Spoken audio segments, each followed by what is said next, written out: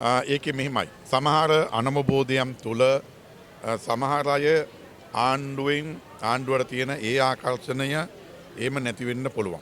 සමහර අය ගත්තොත් එහෙම විවිධ පෞද්ගලික අභිමතාර්ථ මුදුන්පත් කරගන්න ආණ්ඩුවත් එක්ක ගැට ගැහිච්ච අය ඉන්නවා. එතකොට ඒ පෞද්ගලික පරමාර්ථ මුදුන්පත් කරගන්න බැරි වෙනවයි කියන කාරණේ දැනෙනකොට පොදු අභිමතාර්ථත් එක්ක තමයි මේක යන්නේ කියන කාරණේ දැනෙනකොට ඒ අය ඈත් වෙන්න පුළුවන්. එහෙම තියෙනවා. එහෙම නැත්තේ නේ. හැබැයි ඒ වගේම තමයි දැන් මේ අලුත් වැඩසටහන් එක්ක දැන් අපි සම්බන්ධයෙන් සැකෙන් හිටපු ජනතාව. එතකොට දැන් උදාහරණයක් ගත්තොත් විපක්ෂ අය විවිධ බොරු මතවාද ඇරියානේ. දැන් අපි මේ ඉන්නේ නුවරනේ. දලදා මාලිගාවත් ඉවරයි කිව්වා. දලදා පෙරහැරත් ඉවරයි කිව්වා. පන්සල් පල්ලි ඉවරයි කිව්වා. වාහන දෙකක් තියෙනවා නම් එකක් ගන්නවයි කිව්වා. ඊට පස්සේ පන්සලත් ඉවරයි කිව්වා. පල්ලියත් ඉවරයි කිව්වා. කෝවිලත් ඉවරයි කිව්වා.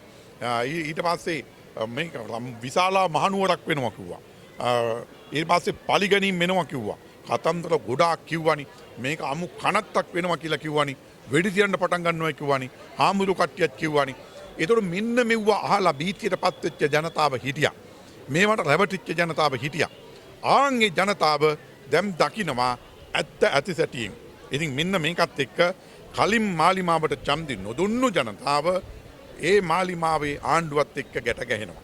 ඒ වගේම ඡන්ද දුන්නු ජනතාව අන්න අර වාගේ කියන විවිධ කාරණා මත ඈත් වෙන ජනතාවක් ඉන්නවා. ඒ නිසා කොටසක් ඉවත් වෙනවා, කොටසක් අලුතින් එකතු වෙනවා. දැන් උදාහරණයක් විදිහට ගත්තොත් මේ වෙනකොට රාජ්‍ය කරගෙන යන වැඩසටහන් වැඩපිළිවෙල සම්බන්ධයෙන් ගත්තාම ඒව සම්බන්ධයෙන් ජනතාවගේ ලොකු පැහැදීමක් තියෙනවා. දැන් මෙතන මොනක් ගත්තොත් මේ මහා සෙනඟ ගොඩක් මැද්දේ දැන් මම හිටියේ. එතකොට මටම කියපු දේවල් මේ මම සහ මේ ජනතාව අතරේ ගත්තොත් එimhe කිසි වෙනසක් නැහැ. ඒ ජනතාවගේ ගොඩේම ඉන්න කෙනෙක් මම. එතකොට මාව අඳුරන්නේ නැති කෙනෙක් නම් ඇත්තටම අඳුරන්න බෑ මේ හවලා කියලා. එතකොට ඒක අපි සාමාන්‍යීකරණය කරලා තියෙනවා. මේ හැම එකක්ම. එමනම් මේ හැම සිද්ධියක් සම්බන්ධයෙන්ම ජනතාව තුළ පැහැදීමක් තියෙනවා. එන්නේ ඒකත් එක්ක මාලිමාවට ඡන්දෙ නොදුන්නු මාලිමාවේ ආණ්ඩුවත් එක්ක මුලින් හිටපු නැති අය දැන් මාලිමාවේ ආණ්ඩුවත් එක්ක ඉන්නවා. ඉන්නවා වගේම ඒත් එක්ක හිටපු අයත් යම් ප්‍රමාණිකින් ඈත් වෙන ප්‍රවණතාවයනුත් තියෙනවා. නැත්තේ නෑ.